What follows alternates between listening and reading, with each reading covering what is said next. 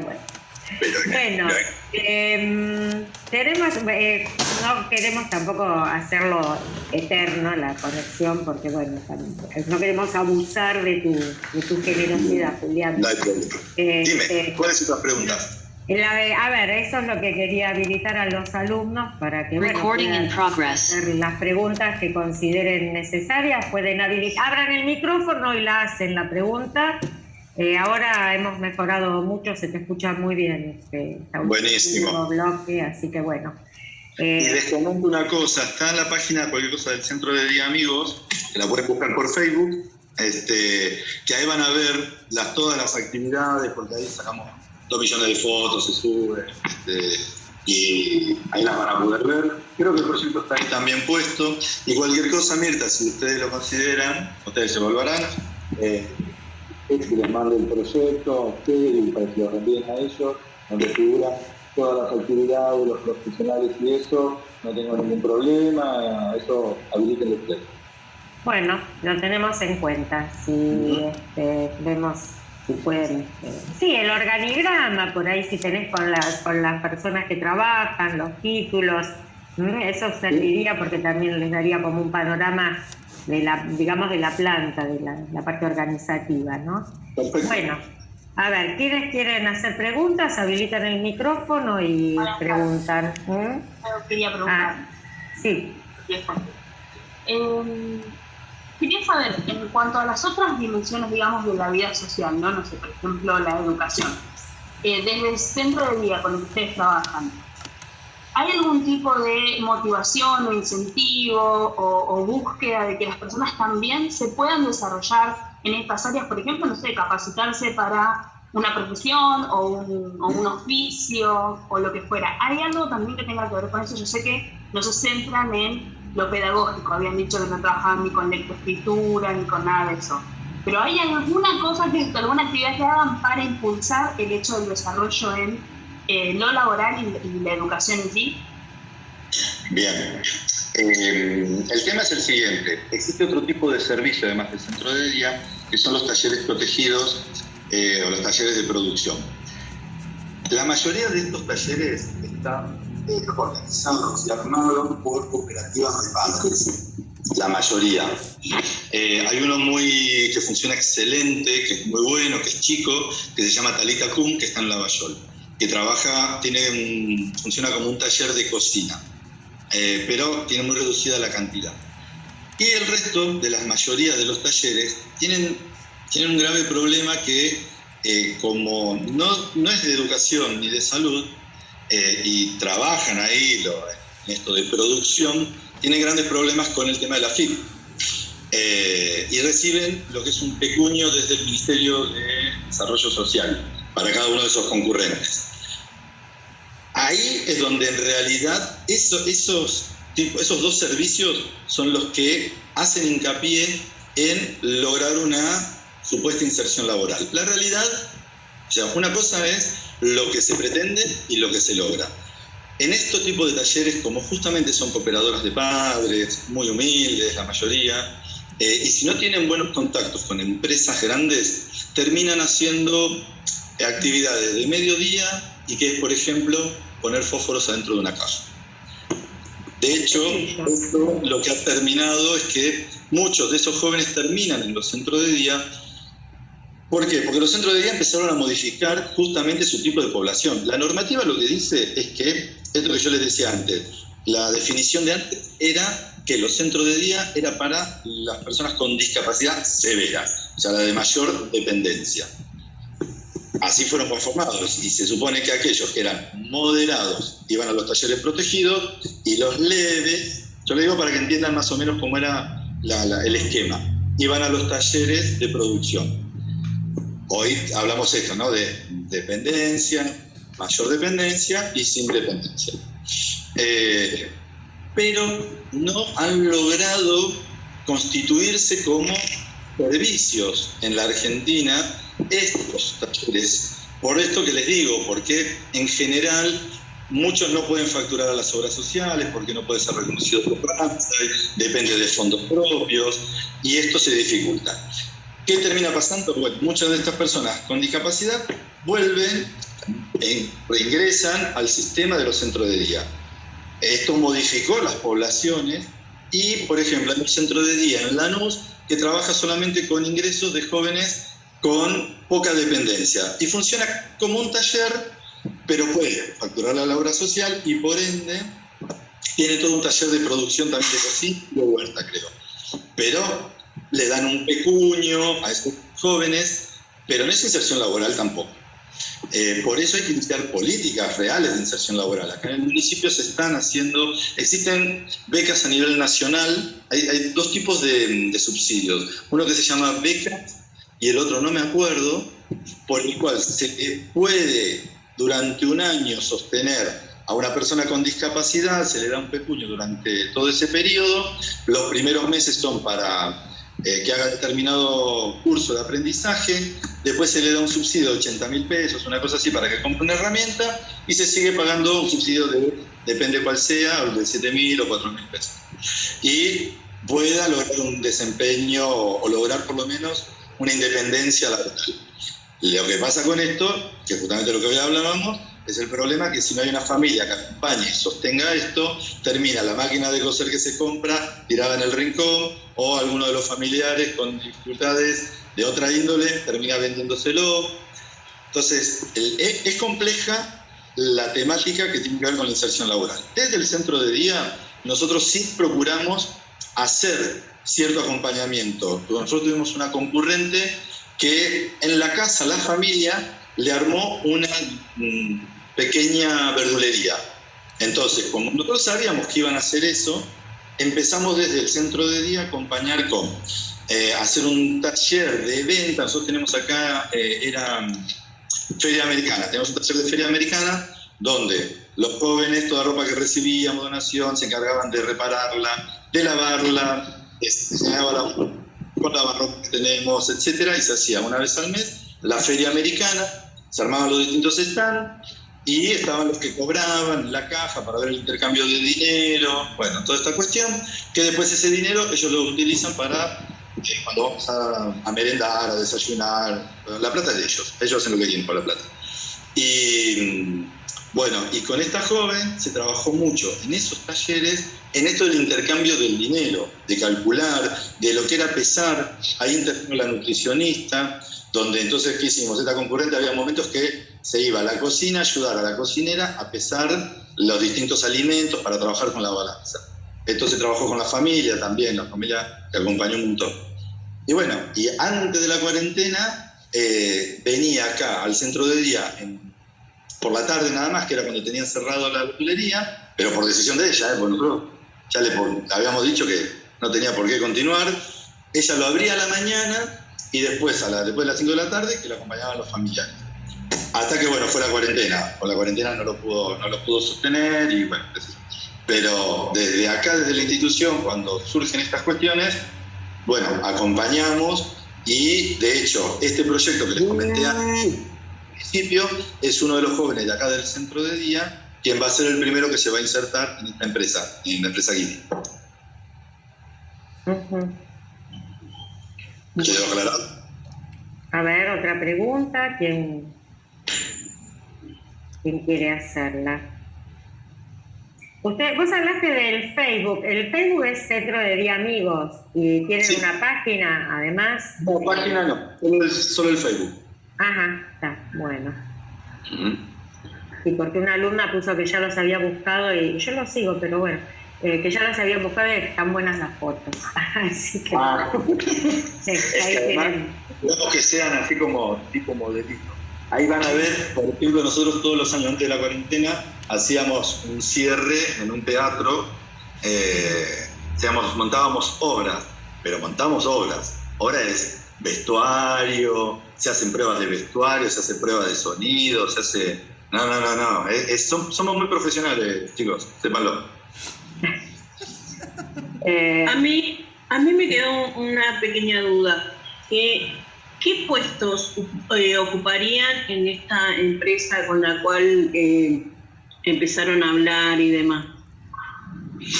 Puntualmente nosotros lo que propusimos era, en este lugar que les digo que se llama Pañol, en la empresa Guidi, que es donde las distintas piezas son clasificadas y están, es como si fuera el tamaño son 2 salones, por decirles algo, y ahí están tornillos de distintas clases, distintas formas. Todo eso se clasifica y a su vez se vuelca en unas planillas. Esa era una de las propuestas en ese puesto. O también hay un sector donde están las maquinarias grandes, que eso, de hecho, incluso para estos empleados tienen que hacer todo un entrenamiento previo. Pero hay una parte donde hay que también clasificar distintas piezas, leer los papeles, porque vienen en cajas, sacarlos de esas cajas, leer una planilla donde indica qué se requiere para cada uno de esos puestos. Entonces, se cargan un carrito y se tiene que acercar hasta estas maquinarias, que son trabajos muy específicos, mega gigantes. Entonces nosotros lo que planteábamos en principio, porque también para nosotros de nuevo, imagínate que nosotros no es que somos industriales, conocemos la maquinaria. Para mí fue un mundo nuevo. Yo entré y no sabía que funcionaban de esa manera. Para mí todo el mundo atornillaba a mano. No, ahora todo es robotizado. Ahí en esa empresa está todo robotizado. Y bueno, entonces planteamos arrancar por esto, primero para que los mismos trabajadores de la empresa no haya una resistencia, que era lo que supuestamente había manifestado en un primer momento esta persona con la que habíamos ido, la jefa de personal, no recuerdo qué cargo, y que después pusimos, al ir hablando con las distintas personas, no había tal resistencia. Sí que se más de los sindicalistas por esta cuestión de, bueno, a ver, ¿qué es esto de que viene alguien, y entonces, ¿no? Había otros intereses ahí. Pero bueno, sacando eso, esas eran las 2 propuestas que nosotros habíamos hecho y por lo que había evaluado la terapista ocupacional, como para lograr un primer acercamiento. Y ese acercamiento no es que tampoco iba a ir todos los días, sino que era 3 veces a la semana, medio turno, y esto iba a estar sostenido económicamente por estas becas que yo les comentaba que otorga Nación. Si ustedes entran en la Secretaría la página de la Secretaría de Trabajo de la Nación, googleen, entren y allí aparecen distintos tipos de subsidios a nivel nacional para las personas con discapacidad. Y en el ANDIS también hay distintos tipos de subsidios. Por ejemplo, hay subsidios para mejorar la situación habitacional de una persona con discapacidad. Por ejemplo, si hay que hacer una rampa para que pueda ingresar mejor con su silla, o si hay que hacer una adaptación en el baño, por ejemplo. Tiene un tope de monto económico, pero bueno, existen. Y la realidad es que no lo sabe todo el mundo. No lo saben las personas con discapacidad. O sea, hay que informarles, se presenta determinada documentación, bueno. Pero esto que les decía antes, nosotros, lo que es el asistente social, acompaña para ir haciendo eso. Más cuando una vez que va al asistente social, se conoce la casa. Yo suelo ir, me gusta ir a las casas de las familias para conocerlas también, y voy y tengo una mirada de, bueno, a ver, mira, podemos conseguirte esto, podemos hacer esto otro. Y de hecho, el municipio de Almirante Brown hace un mes firmó un convenio con la Agencia Nacional de Discapacidad para tener un subsidio de 2,5 millones de pesos, que ya se empezó a utilizar, para todo lo que sea prótesis generales. Y esto no lo saben las personas con discapacidad si no se da a difundir. Y de acá estamos tratando de, bueno, a ver, hay una persona que no tiene obra social, tiene solamente incluir salud, programa, bueno, necesita una silla de rueda. Desde el municipio tenemos estos fondos, yo no, el municipio tiene estos fondos para poder comprarle una silla de ruedas, un bastón canadiense, lo que fuere. Pero bueno, por eso lo que falta es todavía difusión, a pesar de que se habla de discapacidad y hoy la discapacidad está oculta, quizás hay como temáticas de moda. Hoy está todo lo que es autismo, ¿no? Autismo, Asperger, y entonces hay muchas jornadas, pero bueno, la discapacidad es mucho más amplia que esto. Es mucho más amplio que discapacidad mental, mucho más que discapacidad motriz. Hay muchas discapacidades donde tiene distintos tipos de discapacidad, pero bueno. Es un trabajo de todos los días. Es simplemente que, por ejemplo, no suban los autos a la vereda para que la persona con silla de ruedas pueda transitar la vereda. Normalmente se tenga que estar bajando la vereda y la Palestina para poder pasar. Hay que concientizar y educar. Eso va a ser el trabajo de ustedes. Espero que lo hagan. Habría algunas preguntas. Una misma pregunta: ¿qué faltaría en esta institución para lograr mejor el objetivo? No sé, a ver, Julián. ¿Qué tema? A ver, ¿qué faltaría? Primero, a ver, iba a decir volver a la presencialidad, pero eso ya lo logramos. Con trabajo con la municipalidad logramos que nos autorizara. A ver, mira, yo creo que a veces son cosas muy utópicas, ¿no? Que es que la familia acompañara mucho más. No porque nosotros seamos mejores que ellos, porque nosotros nos equivocamos, volvemos a ver los errores, a meter de vuelta, pero a veces el trabajo de las instituciones se vuelve muy solitario y de los profesionales más. Nosotros como institución, yo puntualmente que puedo decidir esto se hace, esto no se hace, me gusta acompañar a los distintos profesionales en sus propuestas. Como esto que le digo, montar una obra de teatro no son 50 centavos ni 2 pesos, implica mucho de dinero, porque nosotros hacemos de verdad el vestuario, contratamos el sonido, contratamos el teatro, y a veces se hace muy solitario eso, ¿no? Y con las familias a veces nos pasa eso. No con todas, eso está bueno. A veces uno necesita sentarse y escuchar al otro, escuchar a esa familia, qué es lo que le está pasando, porque a veces no es que no quieren, a veces no pueden. Y quizás es ese momento. Entonces, bueno, uno lo que no tiene es que bajar los brazos, uno tiene que insistir y no juzgar. Yo creo que eso sí, a veces con el personal que se va incorporando a la institución les cuesta. Uno cuando sale de una carrera, recién recibido, viene con todo ese empuje de yo voy a cambiar al mundo, más o menos. Y la realidad es que no lo cambiás. Podés sí mejorar muchas cosas, pero no cambiarlo. Y en eso sí es un trabajo que se hace desde mi dirección, acá en la institución, de, bueno, a ver, espera, escuchá primero qué tiene para decirte esta familia, cuáles son sus dificultades, y después veremos si realmente no quiere, si no puede, o bueno, hay cuestiones que son de cultura, y no tiene que ver porque no quieran, sino porque no sabían. Esto que les digo de la sexualidad, bueno, todo un tema, y bueno, a ver, los atraviesa de forma diferente a cada uno. Yo creo que para cumplir los objetivos que nosotros quisiéramos, habría que cambiar muchas políticas, primero, muchas políticas y algunas leyes. Si uno pudiera reacomodar eso, muchas cosas serían más fáciles para el sistema.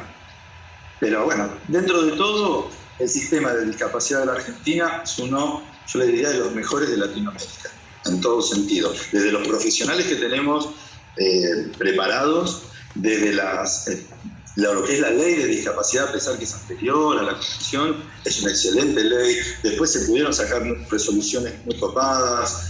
Entonces, bueno, hay algunas cosas que en este sentido sí habría que ajustar. Y propio de nuestra institución, yo me considero que tenemos una institución casi perfecta, pero sacando eso, quizás incorporar más profesionales. Si tuviéramos la posibilidad económica, yo creo que eso.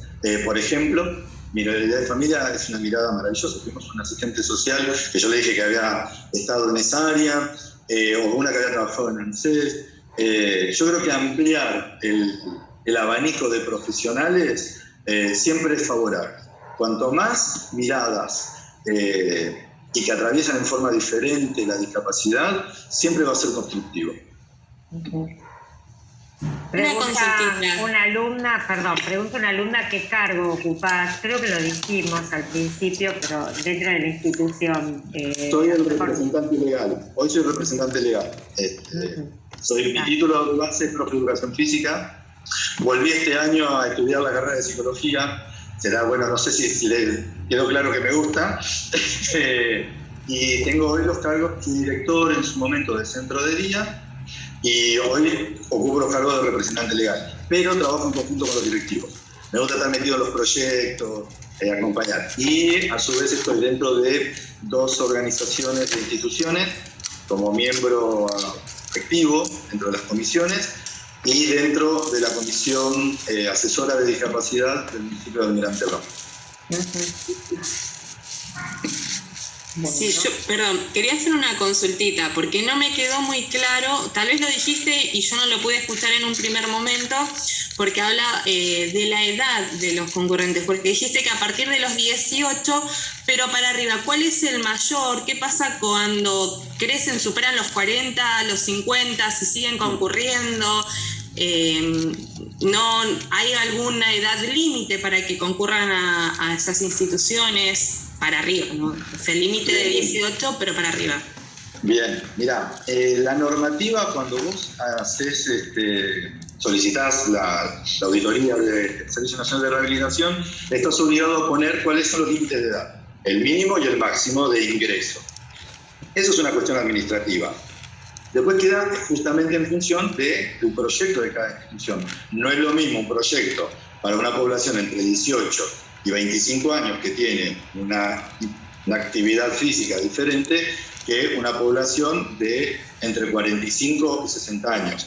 Vos el centro de día en realidad no tiene límite. Esta es la realidad en cuanto a la edad.